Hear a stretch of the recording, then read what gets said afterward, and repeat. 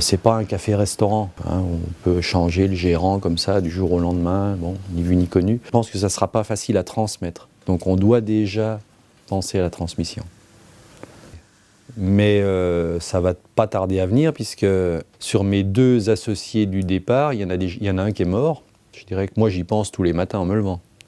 Ça m'obsède pas, hein, mais voilà, on est toujours un petit peu à l'affût. Mais le plus gros point, c'est d'intégrer dans l'entreprise quelqu'un qui s'approprie le savoir-faire. Et puis, je dirais qu'on a envie quand même que ça garde son caractère propre. Ici, il y a une entreprise, SARL, qui a 2, 3, 4 salariés, ça s'appelle Le Bois de Lutherie. On achète des arbres, on les scie en planches, on les vend à des luthiers, et on a envie que ça reste ça. Et qu'on ne soit pas, je sais pas, une périactivité de Ikea qui vend du, je sais pas quoi, voilà. La plupart des compétences sont finalement sur ma personne. C'est-à-dire que c'est moi qui achète, c'est moi qui connais les clients, c'est moi qui connais l'histoire de l'entreprise. Je suis là depuis le début. Les clients, en général, s'adressent à moi, même s'ils ont affaire à Katie ou à François au téléphone, etc. Et ça, il faut que j'arrive, moi, à le mettre sur les épaules d'autres personnes. Et aujourd'hui, c'est vrai que si je casse ma pipe demain matin, peut-être qu'il va manquer des trucs, quoi. Maintenant, il y a beaucoup de fermes, il n'y a pas de repreneurs. Hein. Elles sont pas reprises, les fermes. Et puis comme la mienne, logiquement, elle ne doit pas être reprise si on veut bien, parce qu'il n'y a pas trop de bâtiments adaptés, j'ai pas suivi la modernité, avec le divorce, tout ça, il y a eu j'ai bouffé 10 ans sur l'exploitation, quoi. 10 ans d'investissement, quoi. D'amélioration, tout ça, quoi. Mais dans mes tripes, je vais mettre quelqu'un.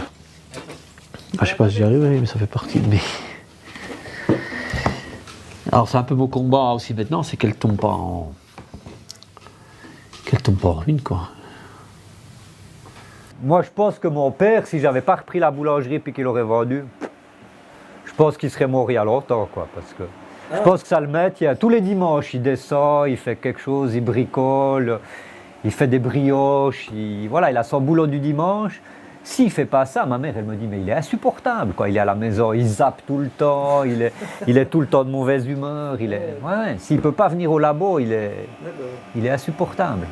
J'ai pas du tout l'impression qu'il y a une de mes filles qui va reprendre ça. Elle ne montre pas d'intérêt. Moi, je montrais quand même un certain intérêt. Sans que ce soit une passion, j'avais quand même un intérêt. Elle, pas du tout. Donc, je ne pense pas qu'il y a une de mes filles qui va reprendre. Mais moi, je ne me vois pas non plus arrêter à 65 ans. Donc je m'imagine qu'à 65 ans, je ne vais pas vendre ma boulangerie. Je vais peut-être ouvrir 3 jours par semaine ou je ne sais pas. Voilà. Et puis moi, je pense que je vais gentiment aussi lever le pied, avoir plus de temps pour moi, mais pas arrêter totalement, quoi. Je ne me vois pas vendre la boulangerie et puis prendre ma retraite et puis regarder la télévision, quoi. Le jour où l'apprenti reprend la boîte, il va me dire... il aura ses idées à lui qui ne correspondront pas à mes idées à moi, ça c'est indéniable. Et puis voilà, je vais quand même être mis sur la touche. Donc si je lui remets l'entreprise, ça me fait un peu peur de prendre ma retraite parce que je ne sais pas ce que je ferai à la retraite.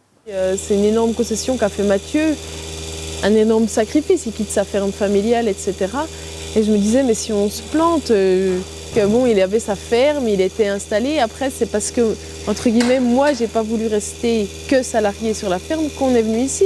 J'aurais très bien pu dire, bon, ben, ma foi, je change mon fusil d'épaule et puis je pars faire complètement un autre métier. J'ai évoqué cette possibilité-là, mais à chaque fois que je l'ai évoqué, je me mettais à pleurer. Je n'imaginais pas cette ferme partir à quelqu'un d'autre que nous. Enfin, je m'imaginais dedans depuis que j'ai 3 ans. Et puis, au niveau l'attachement patrimonial était trop fort pour me dire aussi, je la laisse tomber.